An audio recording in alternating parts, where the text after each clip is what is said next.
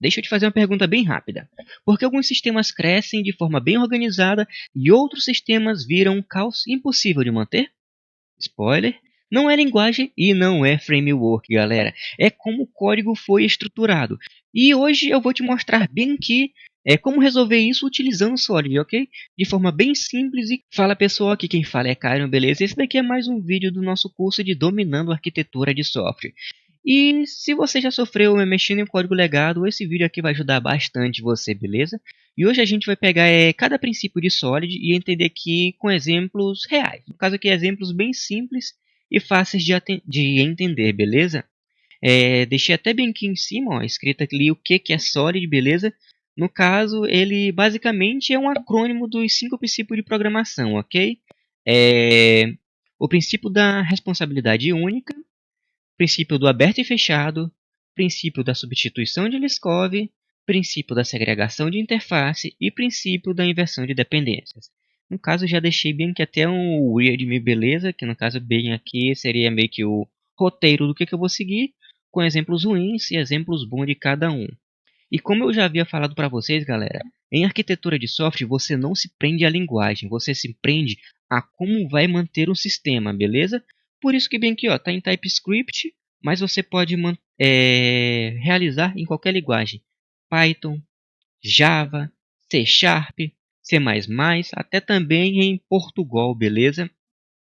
Ok, galera. Então, sem enrolação, bora continuar aqui para os nossos exemplos, beleza? Vamos começar aqui pelo mais importante de todos, que é o S. Aqui, o que é esse S, galera? O S é de Single Responsibility, ou seja, responsabilidade única, assim como nós vimos no nosso vídeo anterior. Na prática, isso significa o seguinte, que uma classe ela deve ter apenas um motivo para mudar. Por exemplo, temos aqui o nosso exemplo de order, beleza? O que nós temos aqui? Temos o que? Funções para calcular o total, salvar no banco de dados e enviar e-mail. Por que isso daqui é um problema, galera? Esse daqui é bem clássico, parece simples, mas tem um problema escondido que foi o mesmo que nós falamos no exemplo anterior. Essa classe está fazendo 3 coisas diferentes. Como vocês podem ver aí, ela está fazendo o quê? Regra de negócio, persistência e comunicação. Agora, pensa comigo. Se você mudar o banco, você vai ter que mexer aqui. Se você mudar o envio de e-mail, você vai ter que mexer aqui. Se você mudar o cálculo, você também vai ter que mexer aqui, beleza? Ou seja, tudo quebra com esse cara aqui. Ok?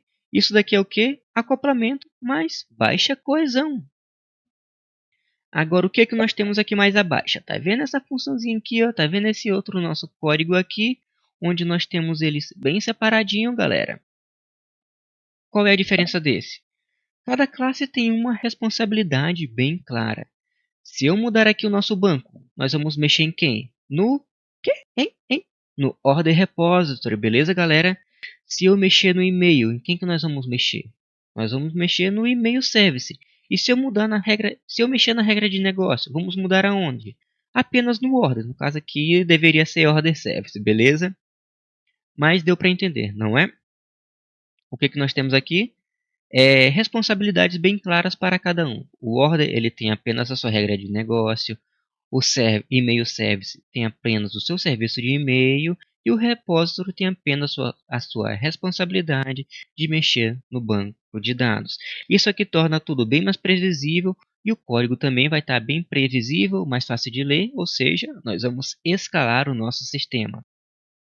Agora aqui no nosso segundo acrônimo, galera, o nosso O. O que é o O, galera? Esse daqui é um princípio que muita gente ignora e paga o preço depois, beleza? É basicamente o O de Open and Closed, beleza? Que é o princípio do aberto e fechado. O que ele significa? Que seu código deve estar aberto para a extensão, mas fechado para a modificação. Traduzindo, você deve conseguir adicionar comportamentos nele sem sair quebrando o que já funciona, beleza?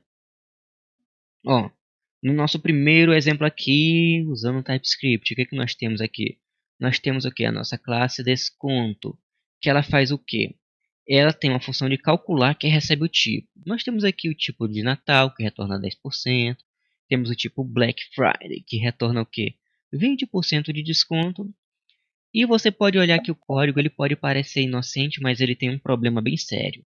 Toda vez que surge um novo tipo de desconto, você precisa voltar aqui e alterar essa classe. Agora você imagina isso em produção. Você mexe, testa e sem querer quebra outra regra. Ou seja, você vai deixar aqui o código bem frágil, beleza?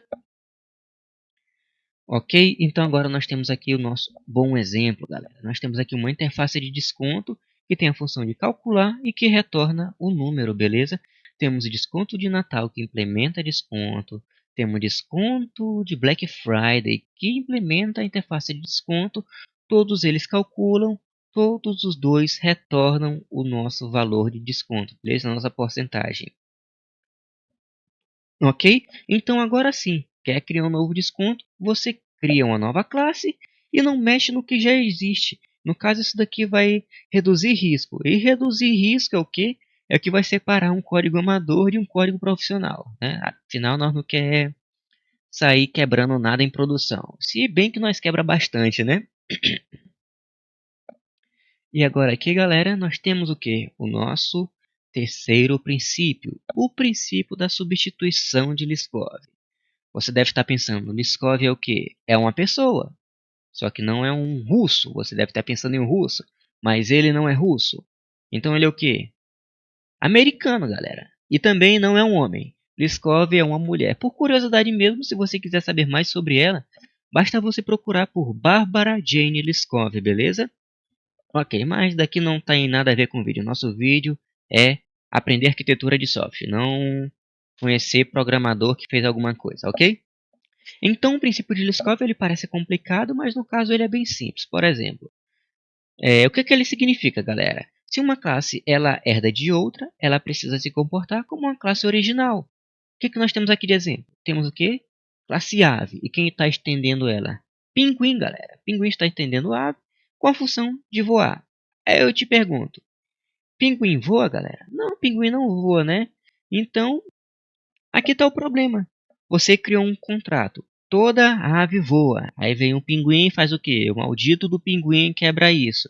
Agora, qualquer código que espera uma ave pode explodir e isso é perigoso. Então, de que forma nós resolveríamos isso, galera? Aqui está aqui, ó. Nosso exemplo bonzinho, beleza? Temos a nossa classe original. Temos a nossa classe ave. E temos o que? Temos aqui uma classe ave que voa. Um pássaro. O pássaro voa. E ele faz o que? Ele estende ave. Então aqui, ó, ave que voa tem a função de voar, beleza? Agora o pinguim. Ele estende a classe original, que é a classe ave, sem precisar implementar a função que voa, até porque ele não voa, mas o pinguim nada. Pinguim nada, pinguim come, beleza? E aqui nós poderemos ter aqui isso, ó, na classe original. Podemos ter aqui a função de comer. Então, no caso, ave que voa, ela teria que implementar comer, pinguim também teria que implementar comer. As duas implementariam a classe original sem sequer quebrar ela, beleza, galera? É isso que significa herdar uma classe sem quebrar a original. Agora essa aí, bem daqui, ó. Interface Segregation Principle, beleza? O que é isso, galera? Isso daqui basicamente é o princípio da segregação de interface. Como é que eu posso dizer? Isso daqui é um problema muito comum, que é pessoas criar interface gigante em vez de separar em pequenas interfaces, ok? Um exemplo aqui, por exemplo, galera. Nós temos aqui a nossa interface trabalhador.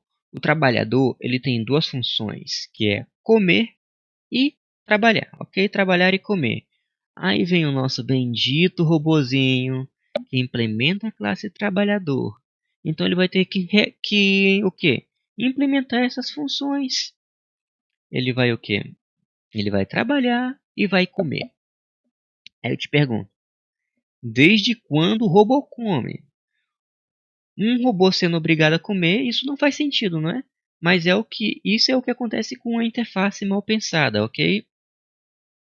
Então o que nós faria, galera? Ó, aqui nós separamos aqui no nosso exemplo bom duas interfaces. Tem a interface trabalhador e tem a interface alimentável, ok? O trabalhador ele tem sua função de trabalhar e o alimentável ele tem a sua função de comer, ok? E o que? E no caso aqui, por exemplo, temos uma classe aqui, a classe humano. Aí sim, galera, a classe humano ela vai implementar a interface trabalhador e vai implementar a classe alimentável. Afinal, o humano ele pode trabalhar e pode comer, não é?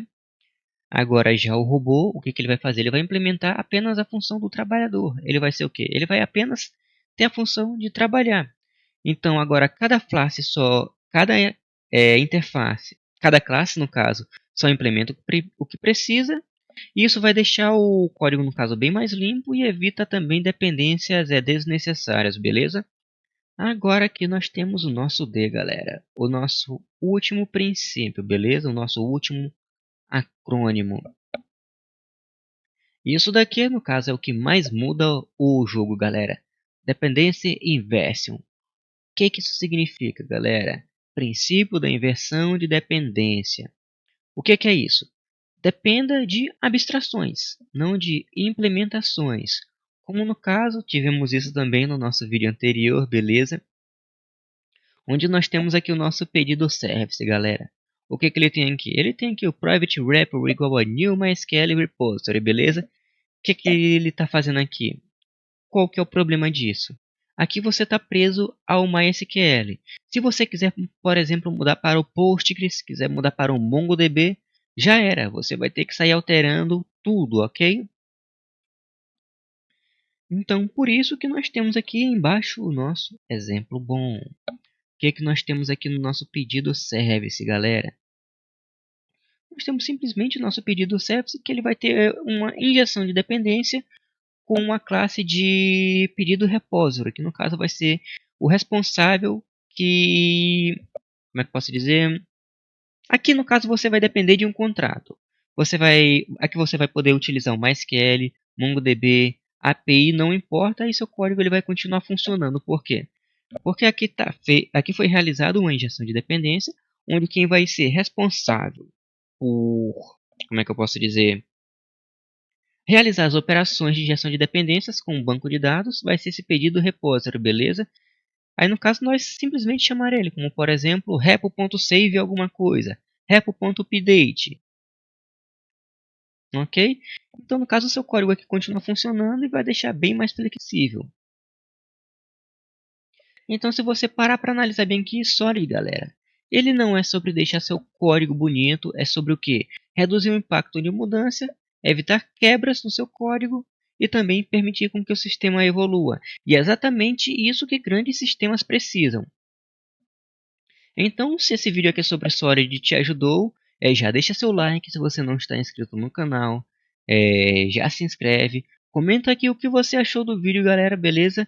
E se você já é programador, se você fazer algum projeto seu simples, apenas para estudo também, comenta aqui também. Qual desses princípios você mais ignorava até hoje? Então é isso, galera. Muito obrigado e até o próximo vídeo.